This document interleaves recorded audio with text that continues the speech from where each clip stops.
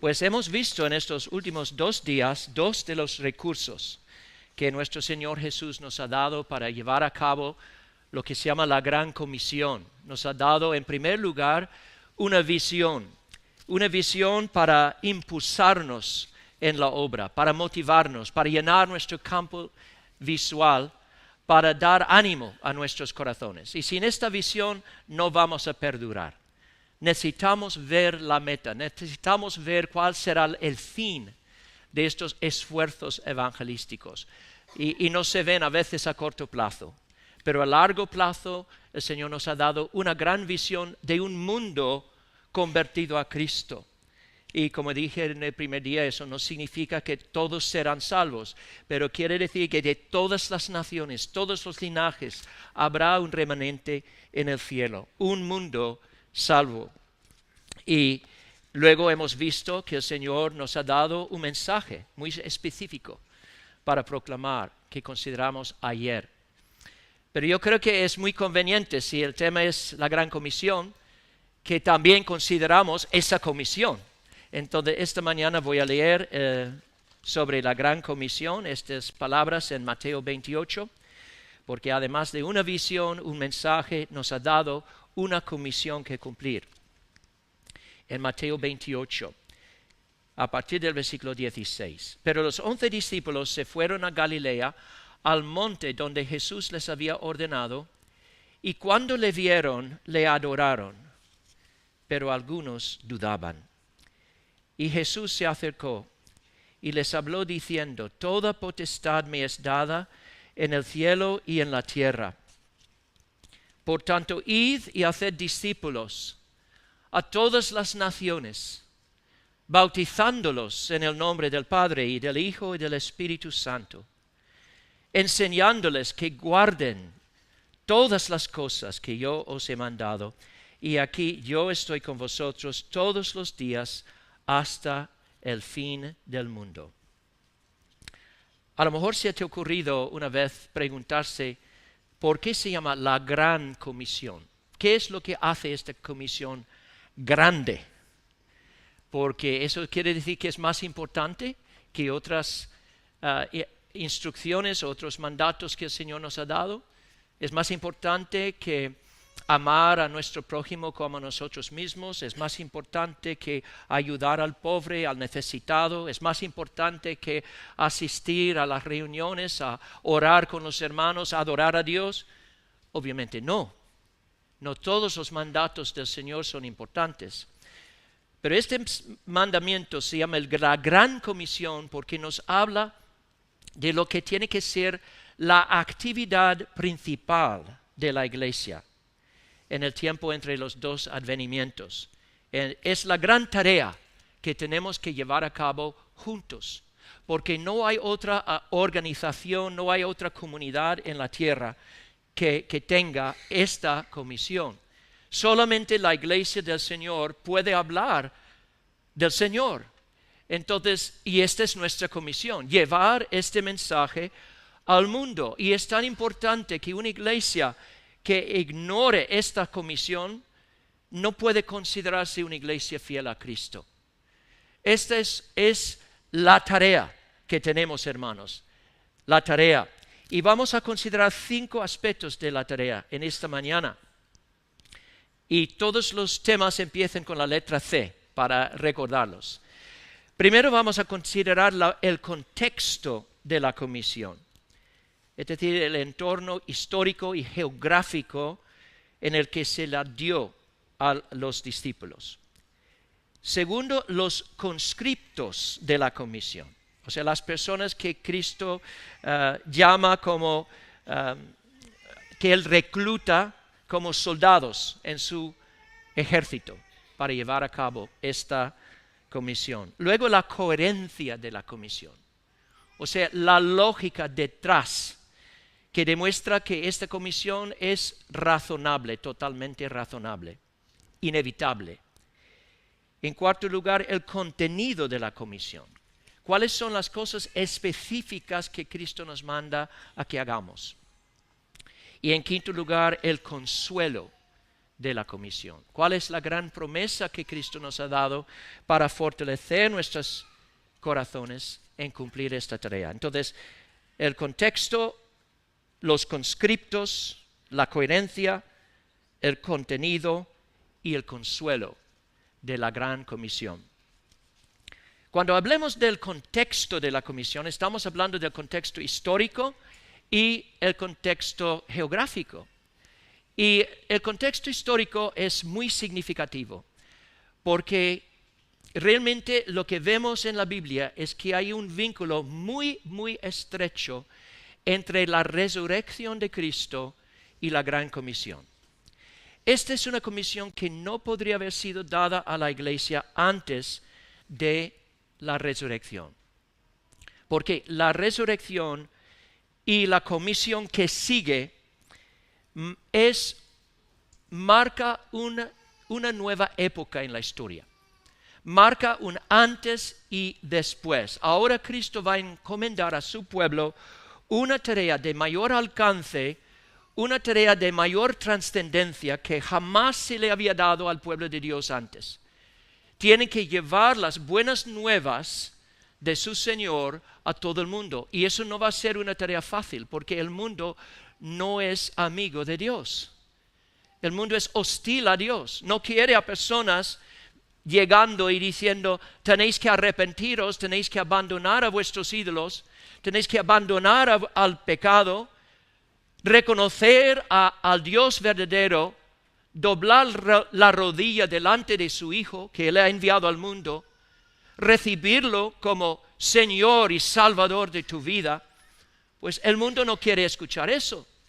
Así que este mandamiento, esta comisión, realmente marca un nuevo inicio en la historia, la era culminante de la historia a la que estaban apuntando todas las profecías del Antiguo Testamento. Y hay una cosa muy curiosa en cuanto al contexto histórico, que aunque el Señor no dio la gran comisión en el día de su resurrección, sí Él hizo mención 2 veces del evento que iba a ocurrir. O sea, justo después de resucitar, hace referencia al encuentro donde Él va a dar la gran comisión. Por ejemplo, cuando las mujeres llegan a la tumba vacía,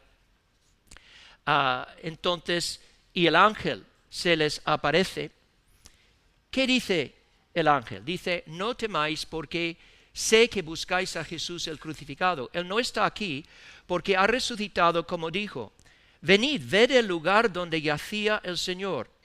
Id pronto y decid a sus discípulos que ha resucitado de entre los muertos y que se dirige a Galilea. Ahí lo veréis. Y poco después, cuando las mujeres huyen de la tumba y se encuentran con Jesús, Él dice lo mismo. Dice: no temáis, id a mis discípulos, hermanos, que vayan a Galilea. Ahí me verán. Lo que me llama la atención es que Cristo iba a ver a sus discípulos aquella misma noche en el aposento alto. Pero es como si estuviera pasando por alto ese primer encuentro en el aposento alto y está poniendo todo el enfoque en el encuentro que va a ocurrir en Galilea. Es muy curioso, ¿no?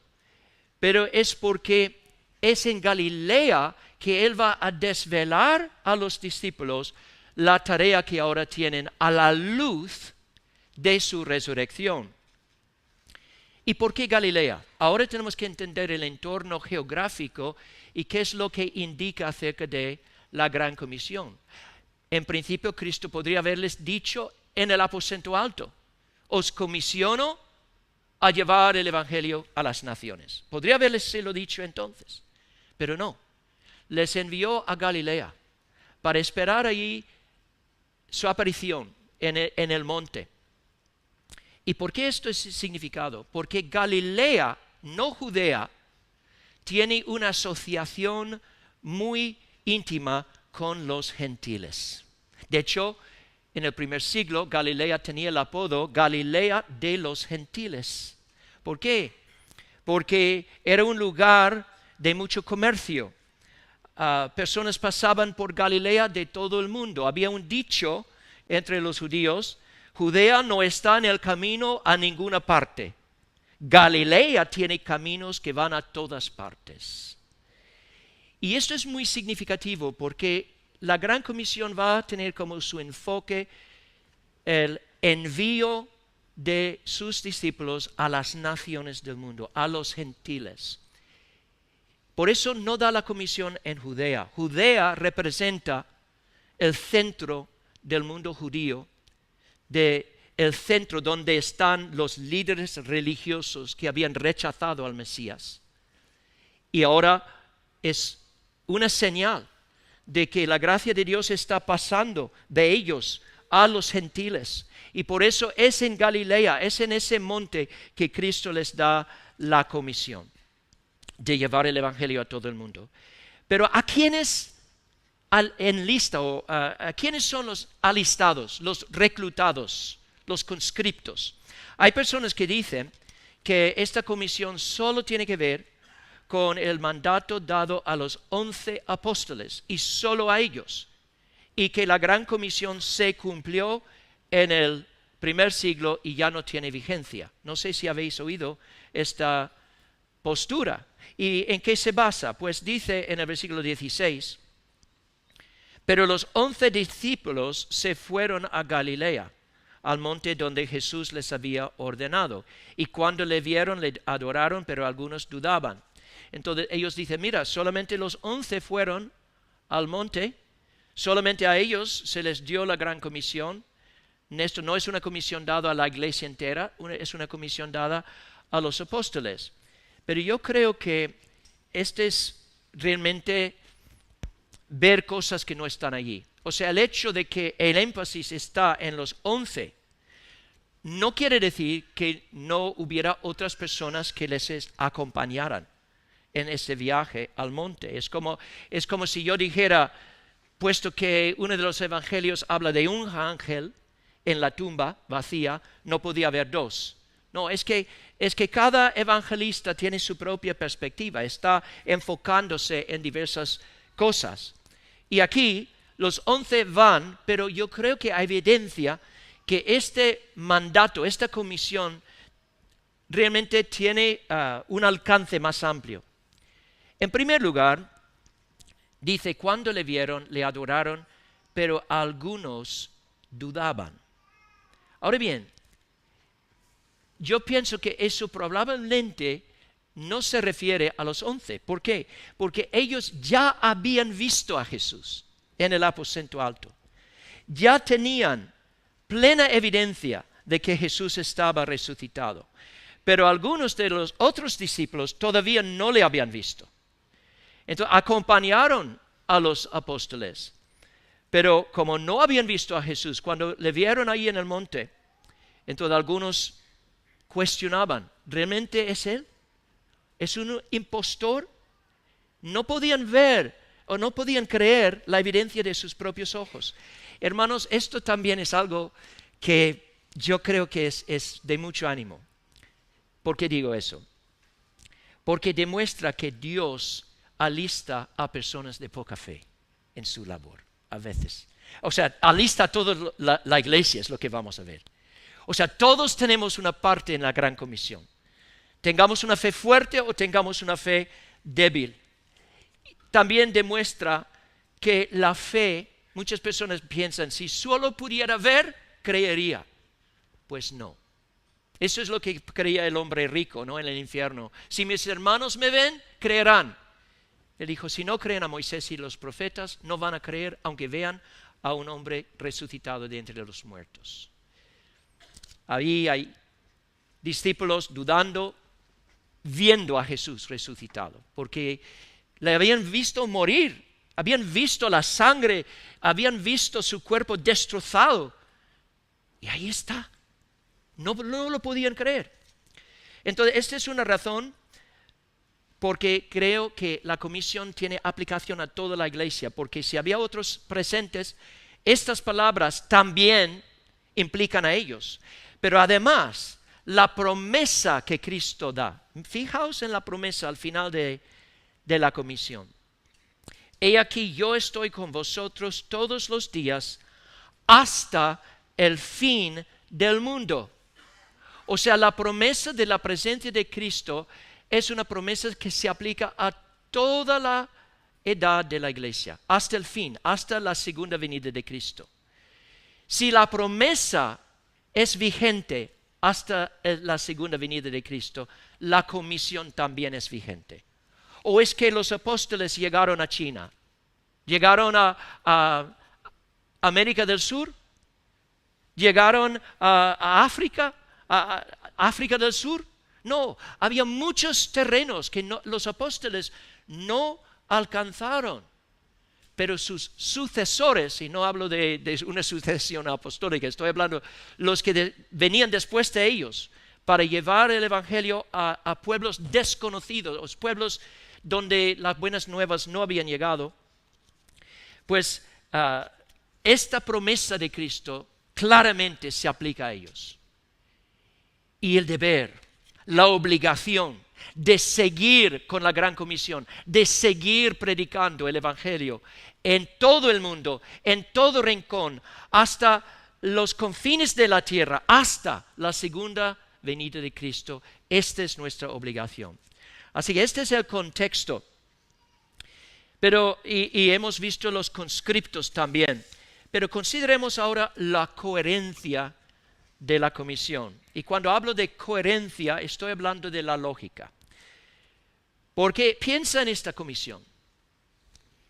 Es una tarea tremenda que el Señor nos ha dado. Es audaz pensar que podemos alcanzar a todo el mundo, todos los confines de la tierra, con el mensaje de Cristo. Y tened en cuenta, hermanos, en estos días no existía el Internet. No existían los medios de comunicación modernos que tenemos hoy en día. Para alcanzar a todas las naciones se tenía que ir andando en nave, atravesando desiertos, montañas, sierras. O sea, era una tarea humanamente imposible, audaz, imposible, con un alcance más allá de las fuerzas humanas. Y uno podría preguntarse, ¿qué razón tenemos para esperar que esta tarea, que tengamos éxito en esta tarea? Y aún más profundamente, una pregunta que quizá algunos ni siquiera se atreverían a hacerse. ¿Sobre qué base tiene Jesús el derecho de mandarnos en este asunto? Y la respuesta se encuentra en el versículo 18. Toda potestad me es dada en el cielo y en la tierra. Ahí vemos la coherencia, la lógica de la gran comisión.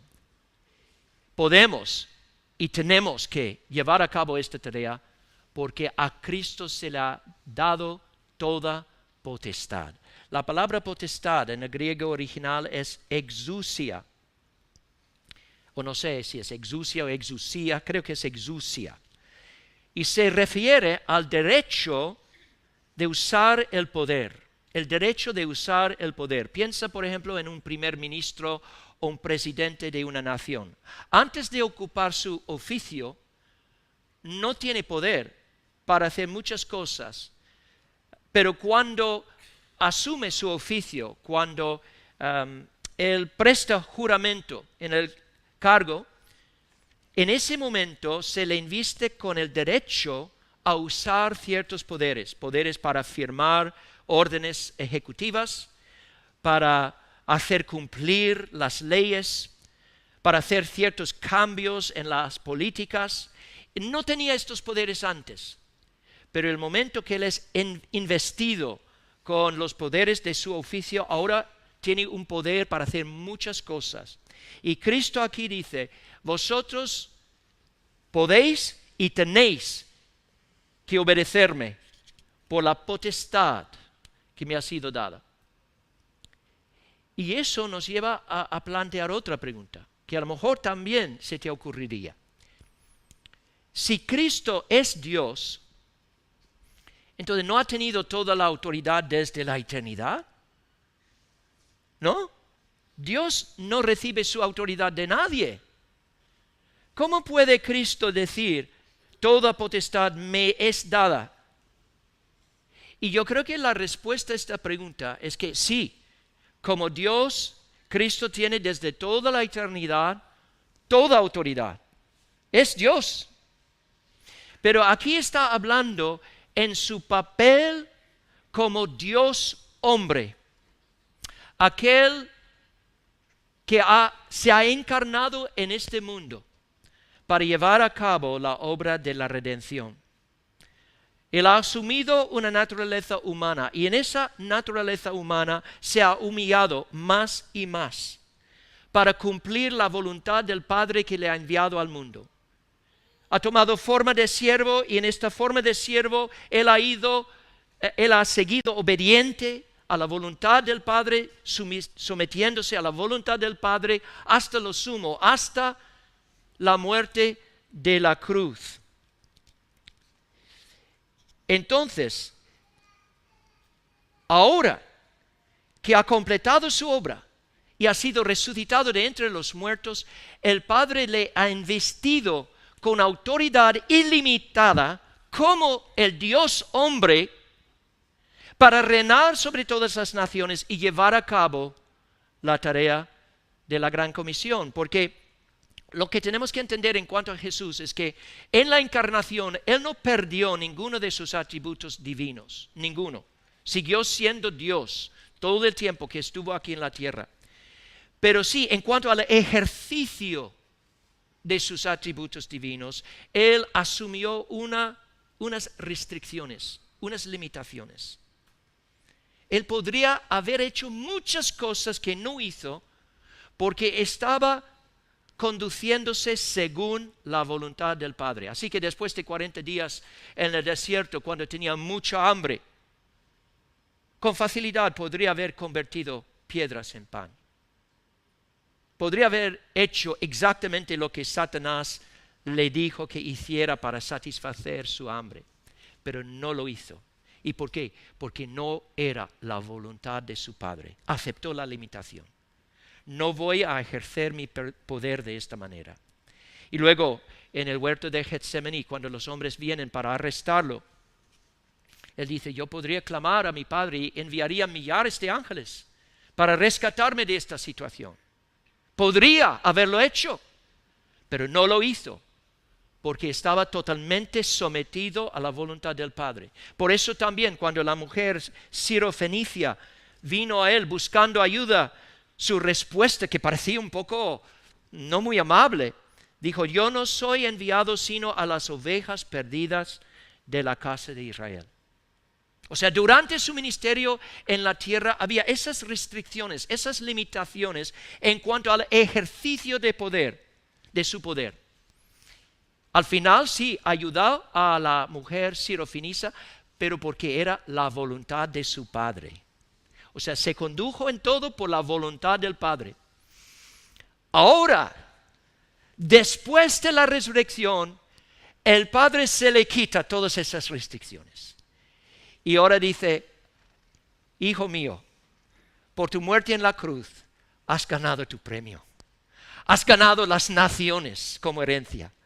Así que, hijo, hazlo. Envía al Espíritu Santo a tu iglesia para que tu pueblo sea fortalecido para llevar a cabo la tarea. Hazlo sin restricción. Manifiesta tu gloria aquí desde el cielo como nunca pudiste totalmente manifestarlo en la tierra. Por eso la gran comisión tardó en darse hasta después de la resurrección. ¿Por qué? Porque el nuevo ministerio del Espíritu Santo en esta era culminante de la historia, ¿cuál es? El nuevo ministerio del Espíritu. Cristo dijo a los apóstoles que esperaran que el Espíritu llegara a sus corazones. ¿En qué sentido?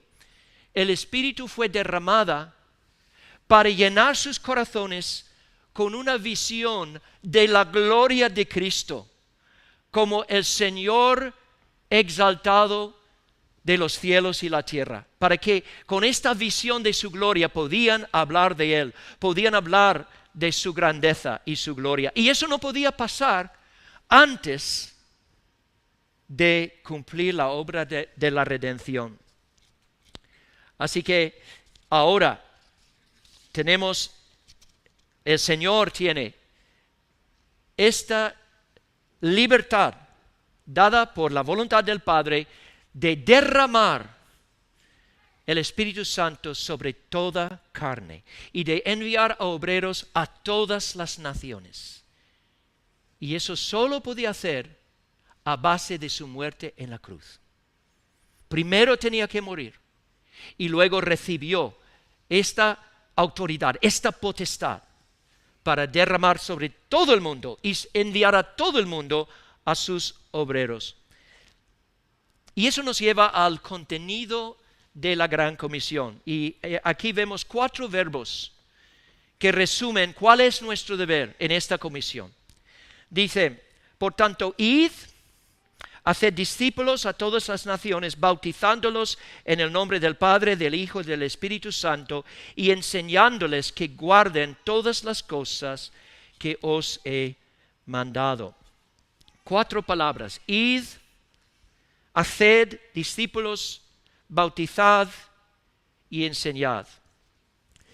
Lo interesante en cuanto al primer verbo, id, es que no es en el griego original un mandato.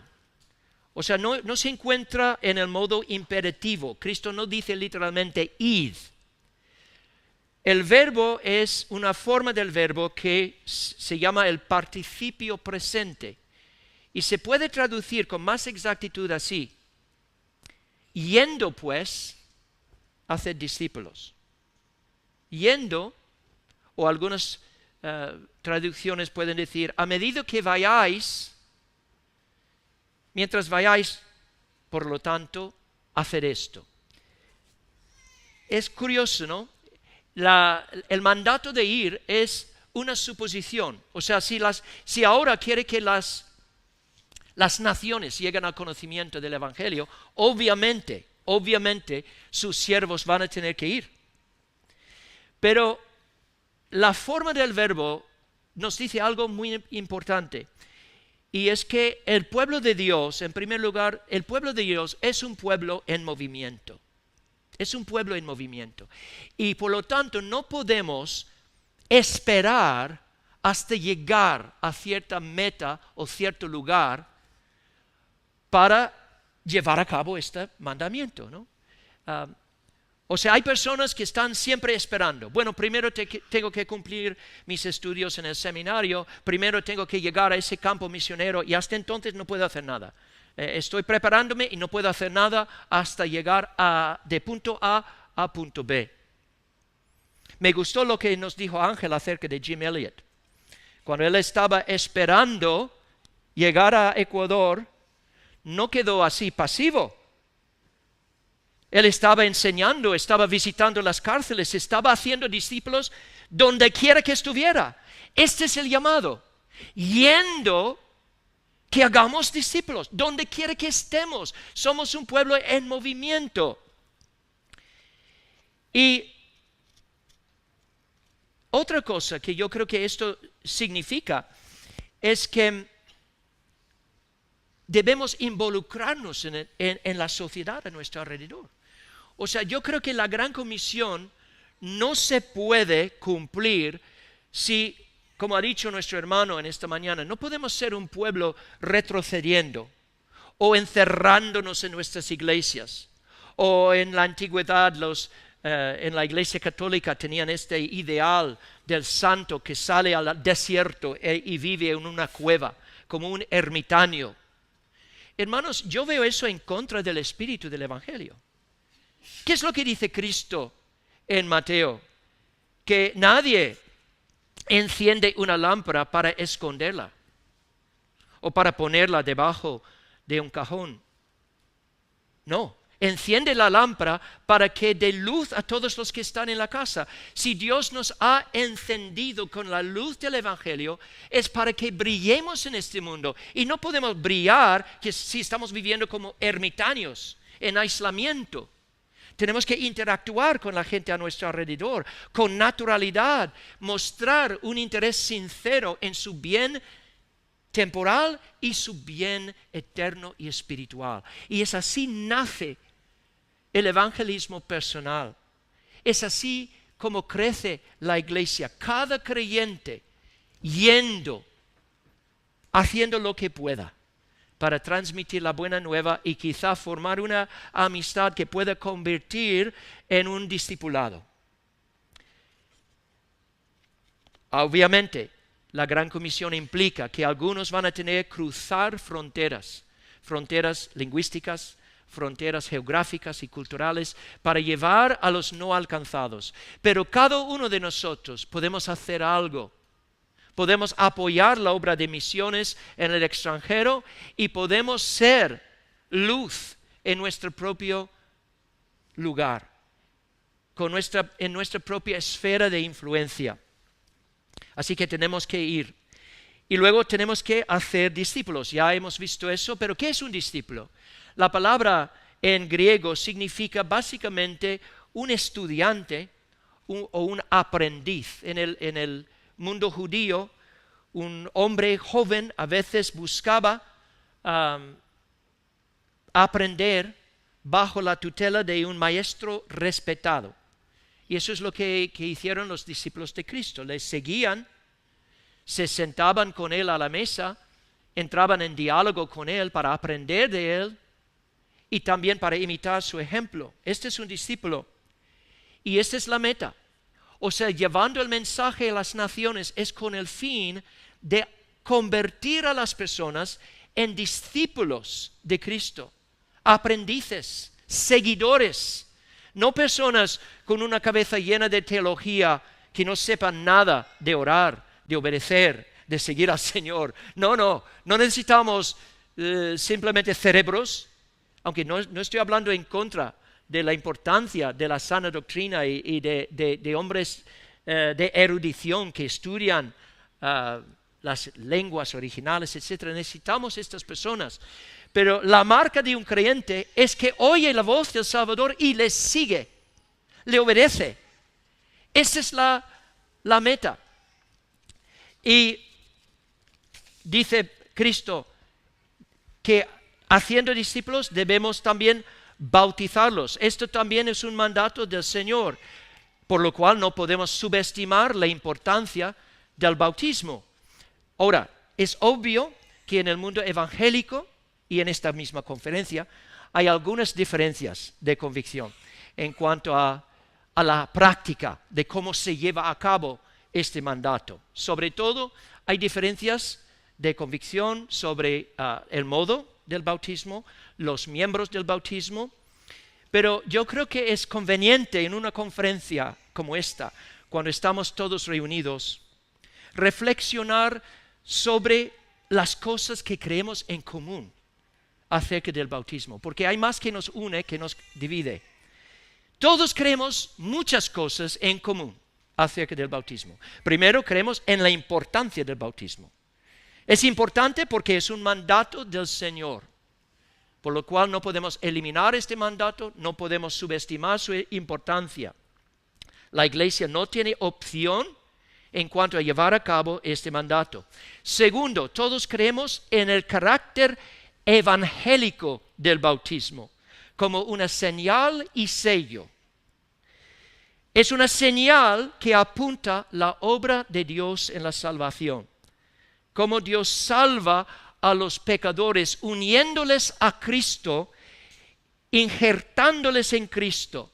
Así que el bautismo es una señal de la regeneración, de la remisión de los pecados, de la unión con Cristo y también de la llamada de andar en novedad de vida. Todos estamos de acuerdo con esto. Todos estamos de acuerdo que es un sello. O sea, ¿qué es un sello? Es lo que certifica la veracidad de un documento. Dios en el Evangelio nos ha dado promesas. Promesas acerca de su pacto. Promesas dirigidas a cada persona que cree. Y el bautismo es el sello, es la verificación, la señal y sello visible de las promesas de Dios. Todos estamos de acuerdo también, cuando digo el carácter evangélico del bautismo, creemos en esto, que el evangelio apunta, el bautismo apunta el evangelio, el bautismo no es el evangelio. O sea, todos rechazamos el sacramentalismo romano. Esta idea de que de forma casi mágica, simplemente por mojarse en agua, alguien automáticamente se regenera, se hace una persona nacida de nuevo. Ninguno de nosotros creemos esto. Rechazamos el sacramentalismo porque nuestro evangelio no es un evangelio del bautismo, es un evangelio de Cristo y su obra cumplida en la cruz y la salvación que es por pura gracia a través de la sola fe y no hay otra salvación. Y hermanos, qué alegría saber que todos estamos unidos en estas verdades. A pesar de diferencias que podamos tener, estamos unidos en estas verdades y estamos convencidos de que el bautismo forma parte de la gran comisión. Y puesto que creemos en el mismo evangelio, por eso podemos disfrutar de estos tiempos tan hermosos de comunión entre nosotros. Y luego finalmente, dice el Señor, tenemos el llamado de enseñar. Enseñar a los que ya se han convertido. Tenemos que enseñarles todo lo que yo os he mandado, dice Cristo.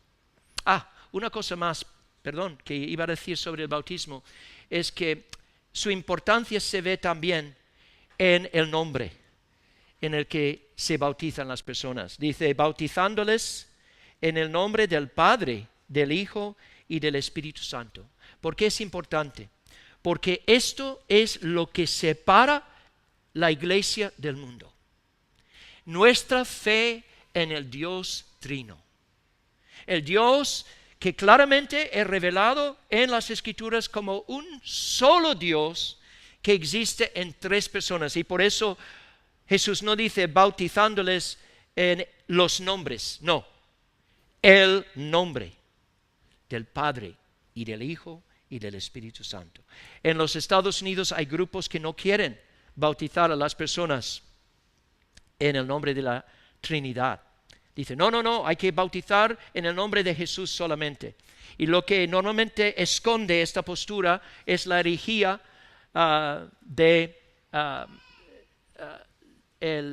¿cómo se llama?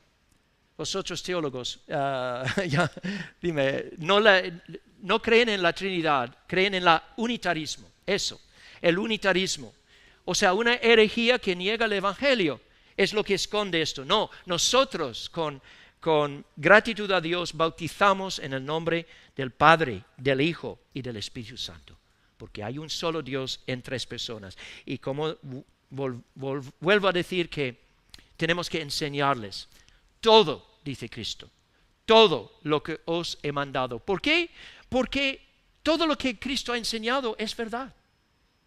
Es verdad. Esta sola frase demuestra que la Biblia es inerrante, que Cristo es un maestro infalible. Porque no dice, mira, enséñales todas las cosas que todavía no están anticuadas. Es que no va a haber nada anticuada. Todo lo que Cristo enseña es para su iglesia.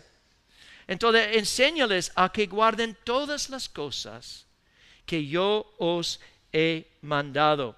Tenemos que ser fieles, no editar, no diluir, no enseñar las cosas más populares, lo que la gente quiere escuchar, pero luego omitir las cosas más difíciles de escuchar, como hemos escuchado en esta conferencia por la gracia de Dios, las advertencias, la instrucción solemne sobre el infierno, sobre la necesidad del arrepentimiento. Eso tenemos que enseñar al mismo tiempo que enseñamos el Hijo pródigo, la bondad, la benignidad, la misericordia de Dios, dispuesto a recibir a sus hijos errantes, a los que se han alejado de Él, está dispuesto a recibirlos. Así que tenemos, como hemos visto, tenemos todo lo que he mencionado, las 4 cosas que he mencionado, y finalmente tenemos consuelo. de parte del Señor, porque necesitamos consuelo, ¿no? ¿Qué es nuestro consuelo? Es el consuelo de saber que en esta gran tarea tan audaz, tan imposible, humanamente hablando, no estamos solos. ¡Qué bendición! Dice Cristo, he aquí, yo estoy con vosotros todos los días hasta el fin del mundo. Yo estoy con vosotros todos los días hasta el fin del mundo. Cristo podía darles esta promesa porque había roto las cadenas de la muerte. La muerte ya no podía mantenerlo cautivo, ni poner una oscura nube de separación entre él y su pueblo. Como la resurrección marcó el fin de todas las restricciones anteriores impuestas al ejercicio de su poder, ahora su promesa es: yo estoy con vosotros en todo lugar donde tú estés laborando. Mi presencia llenará el mundo entero para estar con vosotros donde quiere que estéis. Donde 2 o 3 están reunidos en mi nombre, allí estaré en medio de ellos para capacitar. Y lo que aprendemos de esto, hermanos, es que a la luz de la resurrección, la gran comisión es tanto inevitable como posible. Es inevitable porque si Cristo ha cumplido la obra de la salvación y si Él ha resucitado de verdad, estas noticias no pueden ser escondidas de nadie. Tienen que ser anunciadas en todo el mundo. Dios nuestro Creador ha mostrado misericordia de nuestra raza perdida y miserable, culpable, destinada para la perdición eterna. Dios ha irrumpido en este mundo tan oscuro en la persona de su Hijo y ha alcanzado la salvación de todo aquel que deposite su fe y su confianza en Cristo. ¡Qué buenas noticias, hermanos! Estas son las noticias que tenemos que llevar. Es un mensaje inevitable y es un mensaje posible gracias a lo que Cristo ha desatado por medio de su resurrección. Él ha desatado un nuevo poder en el mundo, el poder de su Espíritu Santo. Y como consecuencia ha inaugurado una nueva era en la historia. Y ha creado y está creando una nueva comunidad en el mundo. Así que, hermanos, no tenemos que retroceder. No tenemos que tener espíritu de cobardía. Porque todo lo que el Señor exige de nosotros, Él suple los recursos. ¿Te falta valentía? De Él viene la valentía. ¿Te falta poder? De Él viene el poder. ¿Te faltan las palabras? ¿Qué es lo que dijo Cristo? Cuando os traen delante de reyes y príncipes, no os preocupéis por lo que vais a decir, porque el Espíritu, las palabras se te darán por el Espíritu. Él ha prometido estar con nosotros hasta el fin, capacitándonos, ayudándonos, consolándonos en tiempos buenos y malos, porque Él es el Señor de gloria. Vamos a adorarle.